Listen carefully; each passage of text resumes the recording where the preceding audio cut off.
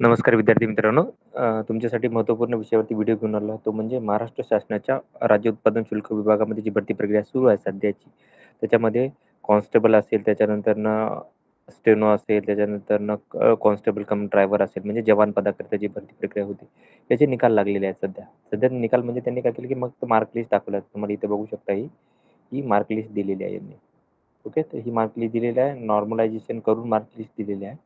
तर याच्या विरोधात काय केलेलं आहे, की विद्यार्थी मॅटमध्ये केलेले आहे आणि त्याची तुम्हाला माहिती देणार आहे, की एक्झॅक्टली काय प्रकरण आहे, काय त्याचे पुढे परिणाम होऊ शकतात, याची तुम्हाला मी माहिती देणार आहे. त्यामुळे व्हिडिओ शेवटपर्यंत पहा आणि माझ्या चॅनलवर नवीन असाल तर प्लीज चॅनलला सबस्क्राईब करा.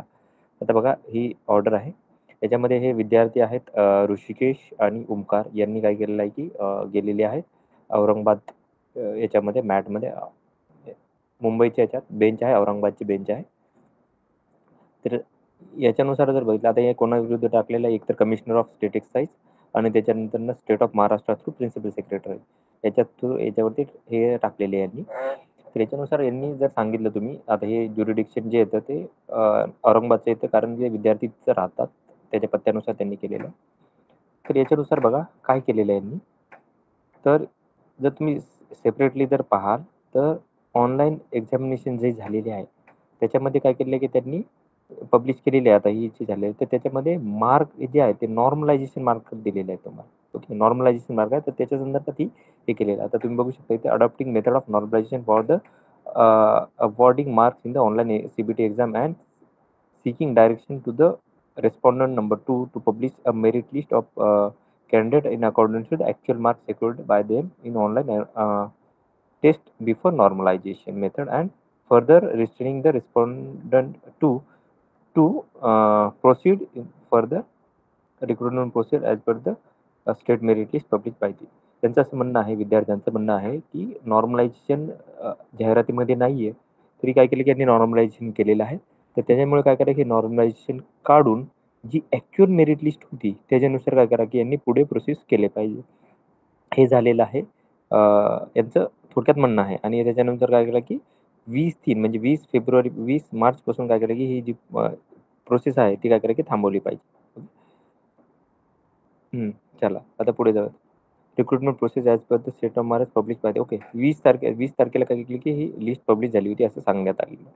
ठीक आहे. आता बघा इथं सांगितलेलं आहे की जे ॲप्लिकंट आहेत ते 10वी आणि 12वी आहेत आणि कंप्लीशन ग्रॅज्युएशन केलेले आहे वगैरे, वगैरे यांनी माहिती दिलेली आहे याची, हिस्ट्री दिलेली आहे. त्यांनी काय-काय केलेलं आहे त्याच्याबद्दल. आता ती एक्झामिनेशन झालेली आहे, दिलेली आहे. कधी झाली होती बघा. रजिस्ट्रेशन 17 नोव्हेंबरपासून रजिस्ट्रेशन होतं आणि लास्ट डेट होती 1 डिसेंबर 2023. त्याच्यानंतरनं ॲडव्हर्टाइजमेंटची कॉपीही त्यांनी काय केली की लावलेली आहे इथे. त्याच्यानंतरनं बघा की applicant to respondent to also publish the recruitment rule. आता हे जे आहे रिस्पॉन्डंट टू म्हणजे कोण आहेत ते महाराष्ट्र गव्हर्नमेंट असणार आहे आणि त्याच्यानंतरनं कमिशनर स्टेट एक्साईज हे असणार आहे. दोन्ही असणार आहेत. सांगितलेलं आहे. त्याच्यामध्ये कॉन्स्टेबल, ड्रायव्हर आणि अदर पोस्टसाठी काय केलं की ऑनलाईन टेस्ट राहणार आहे. याच्यामध्ये सांगितलं की rule 3 sed that rules and procedures are related to conduct examination for the online test. As rule 3, the written examination conducted is 120 marks and 80 marks will be the physical set and ground set देणार आहे. Rule 4 provide there the negative marking. त्याच्यानंतर rule 4 0.5 deducted for the each wrong नंबरसाठी दिलेले आहे तसं दिलेलं आहे.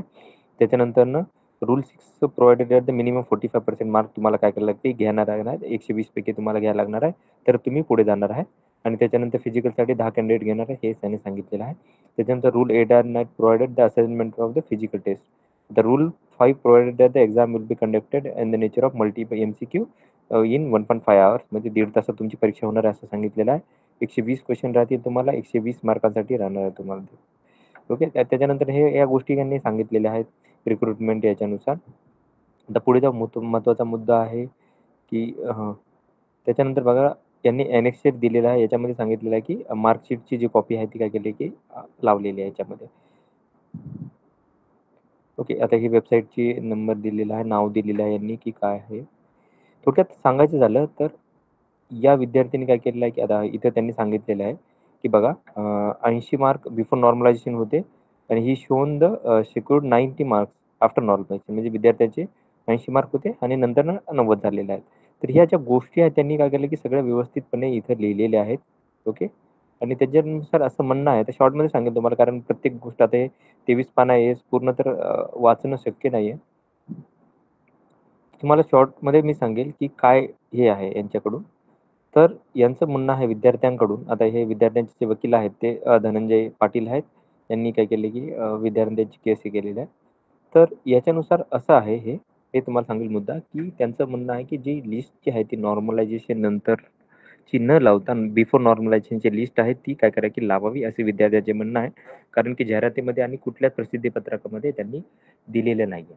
त्यामुळे ती लिस्ट लावावी. आता सपोज जर याच्यामध्ये जर मॅटने जर निर्णय दिला, आता हे मॅटमध्ये गेलेली आहे आणि जर निर्णय आला, तर त्याच्यानुसार काय करू शकते, की जाहिरातीमध्ये सध्या तरी काय करू शकते, की जसं तलाठी भरतीला आहे, तसा की तात्पुरता स्टे लावू शकतात. पुढची प्रोसेस थांबवा असं म्हणू शकतात आणि ते काय करतात, की स्टेट एक्साईज डिपार्टमेंटला तशी एक हे देतील, आदेश देतील, की तुम्ही थांबवा प्रोसेस आणि जर विद्यार्थ्यांच्या फेवरमध्ये लागला, तर काय होणार, की ही जी आहे ती यादी काय करणार, की बदलून फक्त या मार्कानुसार काय करेल, की यादी लागणार आहे.